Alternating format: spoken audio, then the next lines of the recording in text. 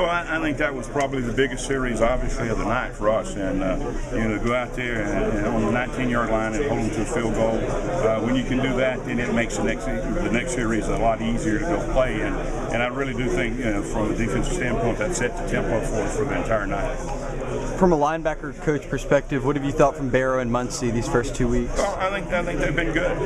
There's areas where we can improve. We played a lot more nickel tonight, and certainly we're going to play to the strength of our personnel. But I think particularly early in the year they've played well versus the running game, and certainly both of them can play the passing game. But we play so much man that we won't be able to match up. So we're going to end up playing probably a little more nickel than I thought a couple of weeks ago. When you say playing more nickel, are we going to just see Luke coming out and bringing Jalen Collins in? Well, that's normally the trade, yeah.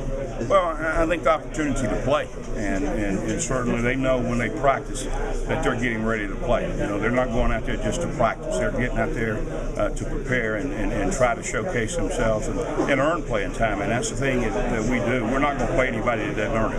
When those guys walk on that field, they've earned it in practice. And certainly if they know they've got an opportunity to play, then they're going to practice a lot better. And I think they're going to get better quicker.